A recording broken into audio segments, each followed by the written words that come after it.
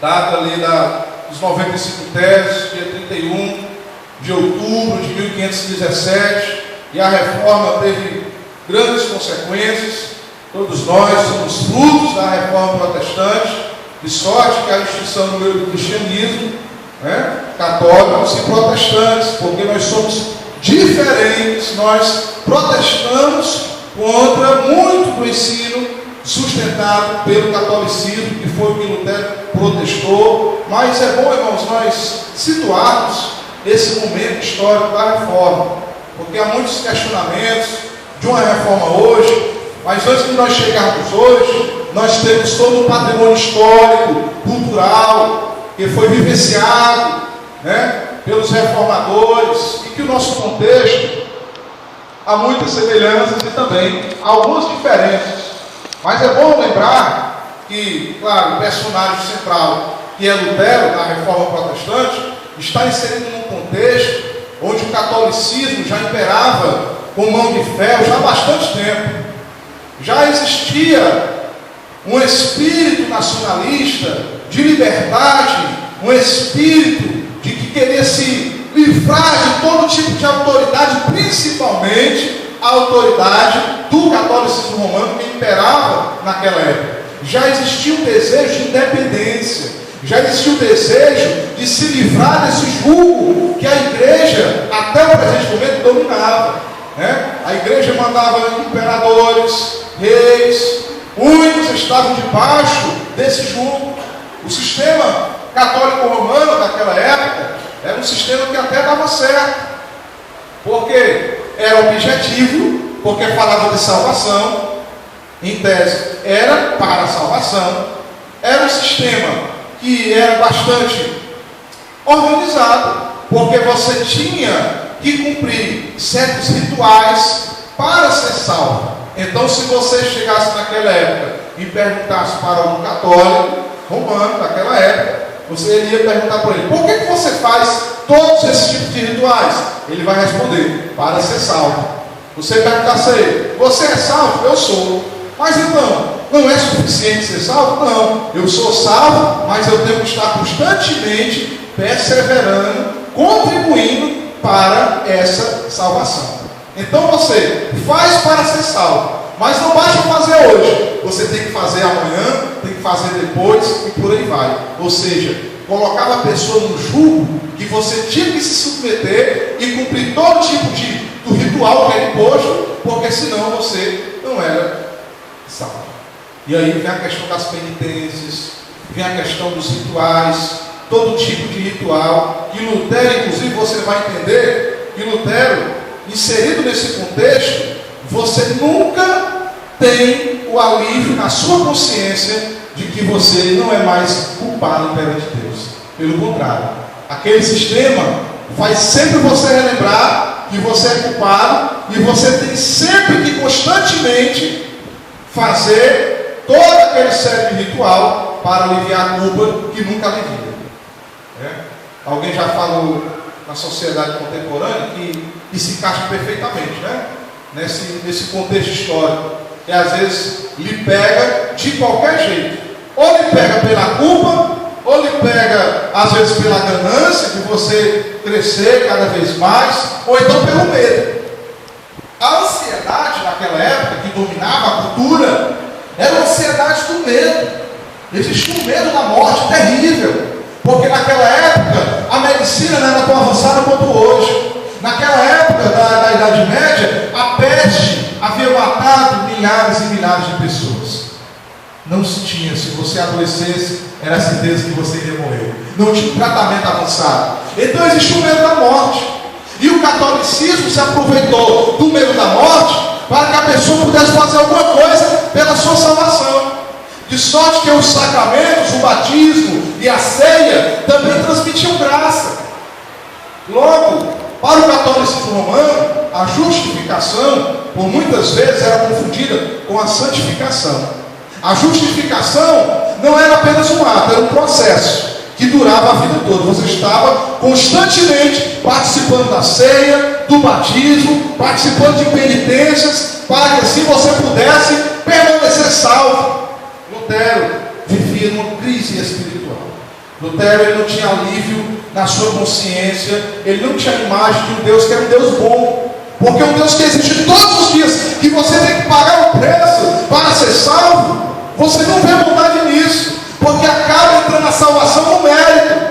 A salvação acaba sendo conquistada pelos esforços humanos, acaba sendo uma produção humana e não uma produção de Deus.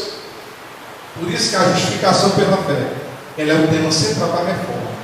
É o eixo qual vai girar todos os outros ensinamentos. Lutero afirmava que a justificação é a doutrina pelo qual a igreja ou se mantém de pé ou cai.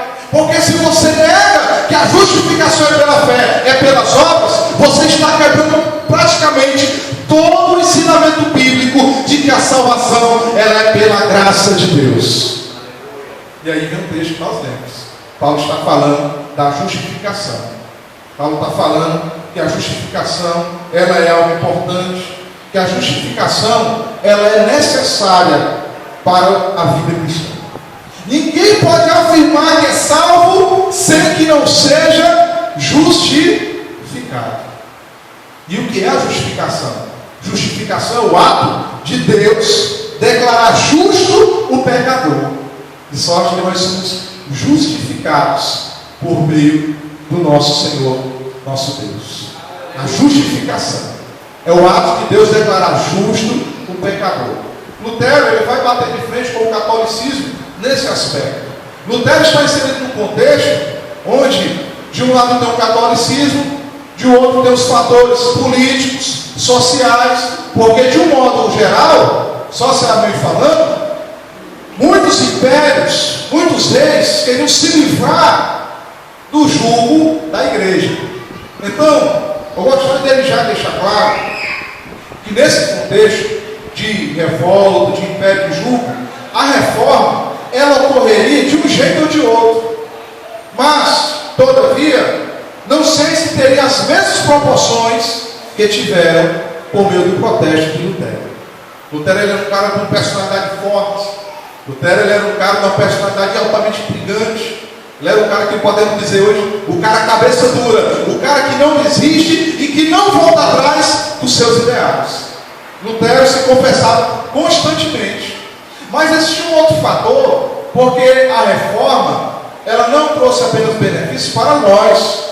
A reforma foi praticamente uma derrubada do império do catolicismo romano e muitos se alegraram com a reforma protestante, não apenas os protestantes.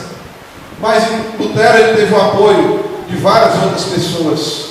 Inclusive Lutero até passou um período, depois que ele protestou, que ele ficou expulso, isolado. E enquanto ele estava isolado, a reforma estava acontecendo. As pessoas continuaram protestando, porque todo mundo queria falar o que Lutero disse. É igual no culto, né? A gente convida alguém para ser reconciliado, aí de repente fica todo mundo naquela decisão. Basta o primeiro vir, depois que o primeiro vem, aí os outros são mais fáceis, né? Todo mundo pensava talvez de se libertar daquele jugo do catolicismo romano, mas não tinha ninguém que ainda tinha aquela coragem. E aí nós vemos os pré-reformadores, João Hus, né? E Wycliffe, que antes de Lutero já pregavam contra a hipocrisia dos padres, a hipocrisia dos papas, que eram mais perversos do que muitos daqueles que eles condenavam. Pregavam sobre a sua vida dúbia, a sua vida de ir na igreja é uma coisa, lá fora é outra, uma vida de prostituição, de estar ministrando a ceia, de estar ministrando o culto na igreja, e lá fora ser outra coisa, estar metido em orgias, em prostituições. Então você vê que hoje em dia o contexto é bastante longe, distante, mas muitas daquelas práticas ainda hoje são mantidas. Por isso que nossa proposta nesse evento é a relevância da reforma para a igreja hoje, para a igreja atual. Como alguém já falou, nós somos como anões no ombro de gigantes. Nós podemos enxergar um pouco mais adiante, mas nós estamos sobre aquilo que foi erigido, que foi construído antes de nós. Por isso é importante conhecermos as raízes históricas. Fizemos um evento aqui onde o irmão esteve aqui passando o fio de Lutero, e onde foi tratado esse contexto também melhor, de uma forma mais expansiva. Então, isso é importante nós entendermos, porque teologia é fruto de uma reflexão, mas essa reflexão está inserida dentro de um contexto histórico. O misticismo naquela época também era algo interessante, porque o misticismo pregava contra esse intelectualismo, que é uma tradição da escolástica, que vem da Idade Média, o intelectualismo que você apenas estuda, mas você não tem vida prática. O intelectualismo que fica só na mesa, que fica só na escrita, mas que não tem vida. E as pessoas estavam, porque com medo da morte, queriam vida, queriam algo mais autêntico. Hoje em dia, irmãos, algumas pessoas também, a gente vê esse tipo de tendência. As pessoas não querem uma igreja que possam entrar e sair da mesma forma. As pessoas estão procurando algo que possa impactar as suas vidas e os seus corações.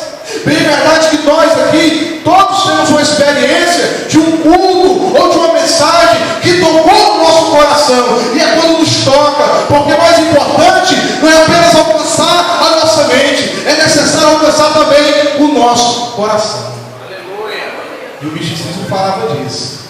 Só que você vê, se o catolicismo vai pelas obras, um meio de alcançar a Deus pelos seus esforços, o misticismo já é um outro vertente.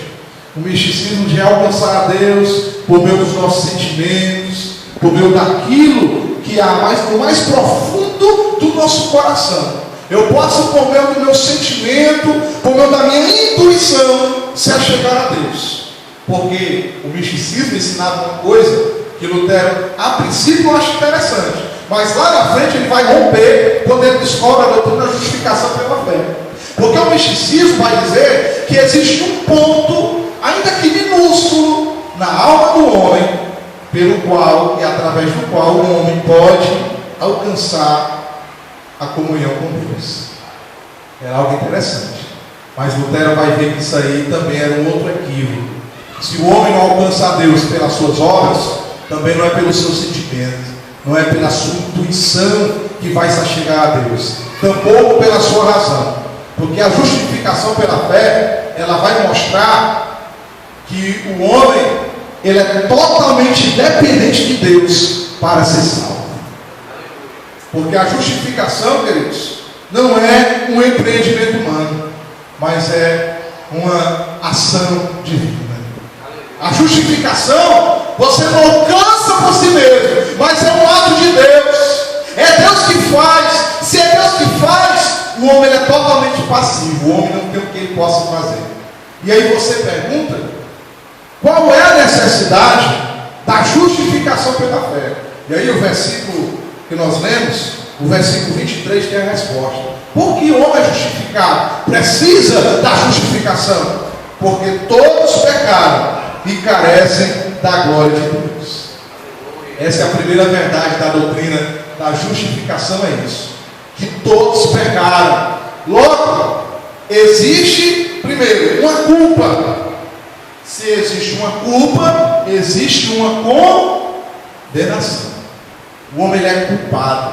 O evangelho autêntico é o evangelho que mostra que o homem ele é culpado, está no estado de culpa e caminha para a perdição. E a boa nova, porque o evangelho é boas novas, é que o homem não precisa fazer nada para ser salvo, mas o que foi necessário para a salvação do homem foi realizado por meio de Jesus Cristo de Nazaré. Aleluia! Há uma necessidade. O homem ele é culpado. Veja o que Jesus disse: ide por todo mundo, pregar o evangelho a toda criatura. Quem crê e for batizado, quem não crê, está condenado. Quem não crê já está. A proposta é: você está afundando, você vai morrer afogado. Eu estou te lançando a corda. Então, ou você segura a corda e sai e é livre da morte, ou então você vai morrer. Porque morrer você já está morrendo. O que o evangelho oferece é a salvação. É a única esperança para o homem. Porque Jesus ele disse: eu sou o caminho, a verdade e a vida, e ninguém vem ao Pai se não for por meio de mim. Aleluia! Glória! Há uma necessidade.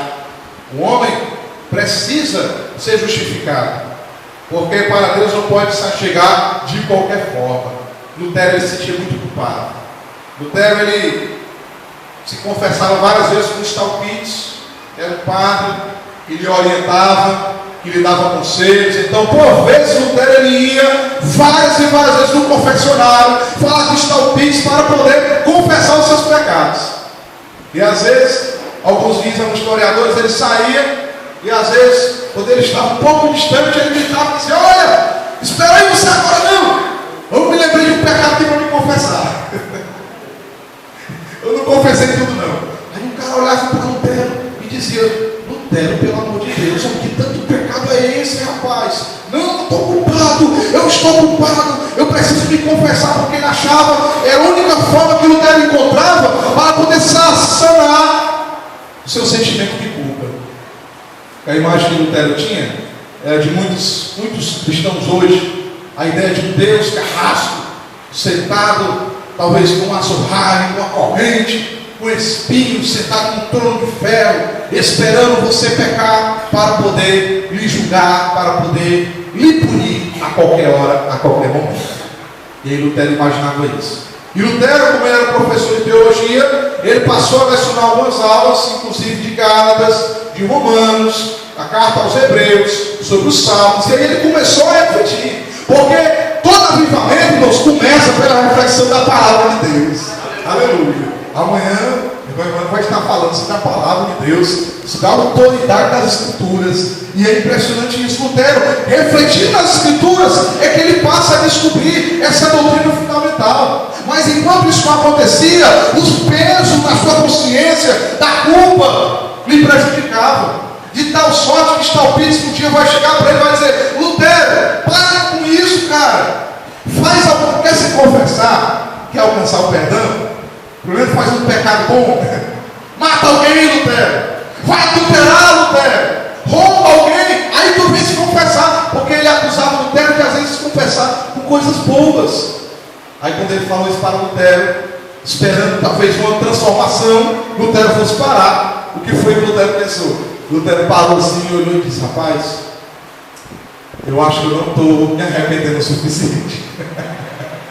Eu acho que eu não estou tão arrependido, não. Eu tenho que me arrepender de uma forma mais autêntica. Até, irmãos, que ele refletir nesse texto de Romanos, e ele vai entender que a justiça de Deus faz parte do caráter de Deus.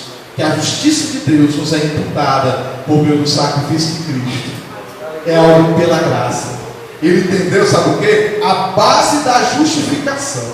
Qual é a base da justificação? E aí, Paulo fala aqui no versículo 24: sendo justificados gratuitamente por sua graça. Primeiro, a graça de Deus. E segundo, mediante a redenção que há em Cristo Jesus, a quem Deus propôs no seu sangue, como propiciação mediante a fé, para manifestar a sua justiça, por ter Deus, na sua tolerância, deixado impunes os pecados anteriormente cometidos. A base da justificação é a graça de Deus e o sacrifício de Cristo Jesus. Aleluia. É graça, é um favor imerecido. E é interessante que Lutero disse que quando descobre essa doutrina, ele disse que se sentiu como se tivesse entrado no paraíso pelos portões eternos. Aleluia. Porque é satisfação para a alma, meu irmão. Quando a gente compreende a palavra de Deus, a nossa alma se alegra, há um regozijo no nosso coração. E foi isso que motivou Lutero, foi isso que levou a ele protestar com as 95 teses, que o justo viverá pela sua fé, por aquilo que Deus faz por ele, por aquilo que Cristo já fez. E isso é um ato de graça, não é algo que você conquista com seus esforços, não é algo que você conquista com seus empreendimentos, não é algo que eu conquisto pela minha razão ou pela minha intuição, mas é algo que já foi conquistado pelo sangue de Jesus Cristo, vertido na cruz do Calvário. Ele derramou o seu sangue, e a Bíblia diz que ele nos comprou com sangue puro, com a sua obra no Calvário. Não foi a preço de ouro ou de prata, mas foi com o precioso sangue de Jesus Cristo. Ele nos comprou com seu sangue. nada que nós possamos fazer. Não há nada que nós podemos tentar. E esse é o grande diferencial do Evangelho para as outras religiões. Todas as outras religiões acreditam que você faça algo para ser salvo, para alcançar a plenitude, para alcançar a vida máxima. O Evangelho diz que nós não poderíamos fazer. É graça, porque o homem não pode fazer. O homem não tem o que fazer. Todo o Antigo Testamento mostra o homem tentando, mas o homem não consegue. E aí você vê que a graça de Deus se revela nas Escrituras desde o Antigo Testamento. Deus ele vai mostrando e trazendo a sua revelação, que o homem não merece, mas Deus está sempre lá, trazendo misericórdia, trazendo a graça, sustentando, trazendo vida, trazendo consolo. O homem não pode, mas Deus o carrega nos braços. Você vê isso desde Adão. Adão pecou e Adão ele não volta-se para se arrepender. Adão não pede perdão. Não foi Adão que procurou Deus, mas foi Deus que procurou o homem. É tudo ação de Deus. Por isso João 3,16 diz: porque Deus amou o mundo de tal maneira que deu seu Filho unigênito, para que todo aquele que nele crê não pereça, mas tenha a vida eterna. Aleluia! Foi um ato de amor. Jesus ele veio por amor. Jesus ele veio, é o sacrifício de Cristo, a redenção que há em Cristo Jesus, a quem Deus propôs o seu sangue. Essa é a base da justificação. Ninguém pode afirmar que é justificado sem que não seja por intermédio de Cristo. Por isso que essa doutrina é tão importante. E quantas vezes hoje nós vemos a nossa realidade, assim como semelhante ao contexto da reforma, as pessoas tentando fazer alguma coisa para se chegar a Deus, as pessoas cumprindo rituais, trajetórias, pessoas fazendo caminhadas de joelhos, fazendo penitências. Se a salvação fosse pela obra, se o homem pudesse ser salvo, Jesus morreu em vão. Jesus teria vindo só para fazer um teatro, mas não. E vocês se lembram que o jovem rico chegou para Jesus e disse: mestre, o que eu tenho que fazer para ser salvo? Esse texto é interessante demais. O que Jesus disse para o jovem rico?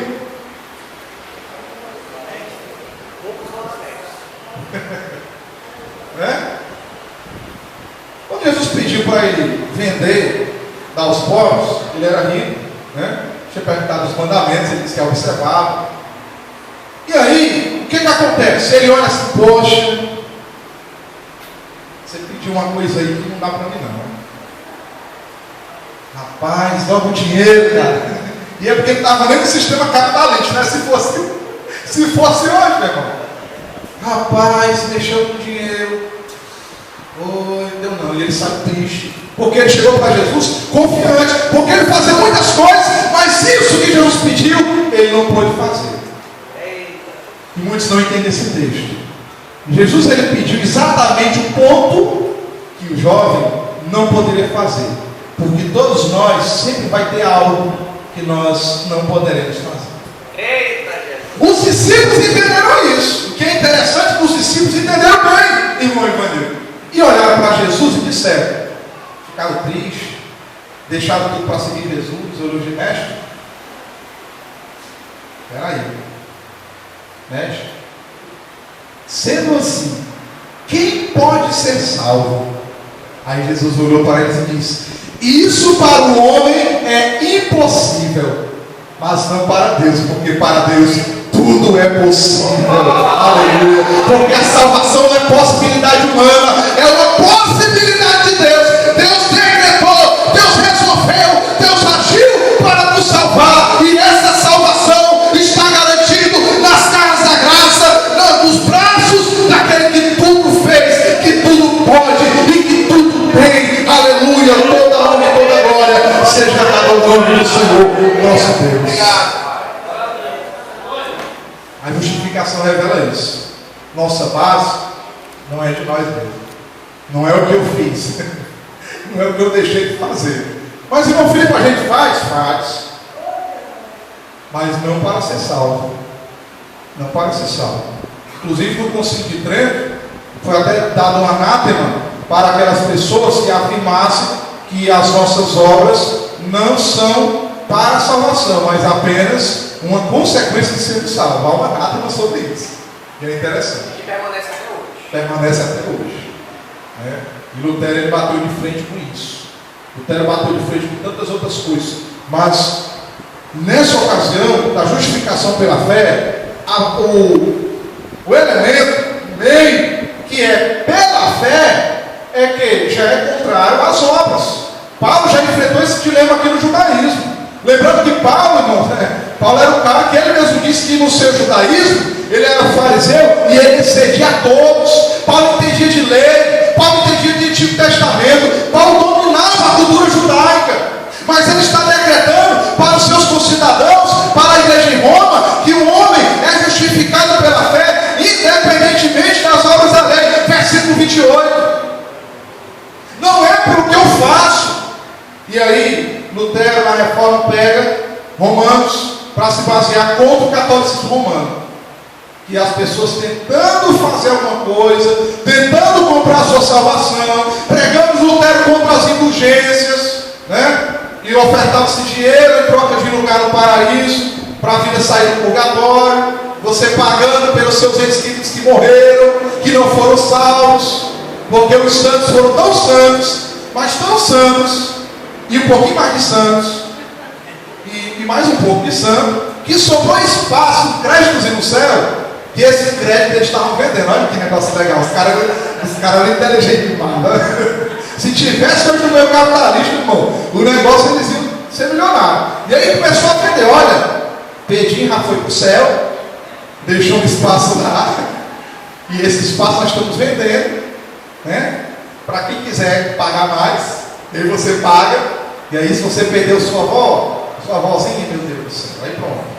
Sua avózinha está salva, meu filho, não sei, minha avó bebia tanto, mas tem lugar para ela, está aqui a indulgência, meu filho, é você lá não. Indulgência, e aí o cara comprava para conseguir um lugar. Não tem como. Aí Lutero vai dizer: o único lugar, o único meio do homem ser salvo é somente por meio da fé. Fé em quem? Em Cristo. Fé em quem? Naquilo que Jesus fez. É crer, irmãos, é fé. Sem fé é impossível agradar a Deus. Aleluia. Aí a pessoa se chama crente porque crê. Aí você pergunta: você é salvo? Não, eu não sei que fé é essa. Irmãos, meu Deus, é pela fé, não é pelas obras, e não é também pela razão. Interessante que lá, no século XX, Calbart, né? Nosso famoso, né? Gente boa, ele vai pegar Romanos e vai pegar a justificação pela fé para contrariar também a questão da salvação pela razão, pelo intelecto humano. Tudo isso vai residir no mérito. Eu creio, eu fui salvo porque eu fiz. Eu fui salvo porque eu entendi. Eu fui salvo porque tem sempre algum elemento humano. Porque o homem tem uma tendência corrupta, que Lutero ele vai identificar, assim também como Agostinho, na Idade Média inicial, onde vai dizer que o pecado, irmãos, a incredulidade, a soberba, todas elas andam juntas, porque nós temos uma tendência de viver uma vida independente de Deus, de achar que eu posso, de achar que eu tenho mérito, de achar que eu posso fazer alguma coisa, construir uma escada ou uma torre de Babel para se chegar a Deus. Mas toda produção humana, o Evangelho derruba, o Evangelho destrói, porque o Evangelho mostra que nós somos impotentes, que nós somos fracos, e só Ele é forte, e é Ele que vem ao nosso encontro para nos salvar. Aleluia. Para salvar. Por isso Lutero vai dizer pela fé. E essa fé, nós como cristãos, devemos crer, mas pelo menos crer, no mínimo, superior à crença dos demônios. Então diga para o irmão que está do seu lado: seja crente, mas seja melhor que um demônio. Não é misericórdia não, é Bíblia. É Bíblia, não é misericórdia não. Os demônios têm fé. Os demônios creem. Tiago diz: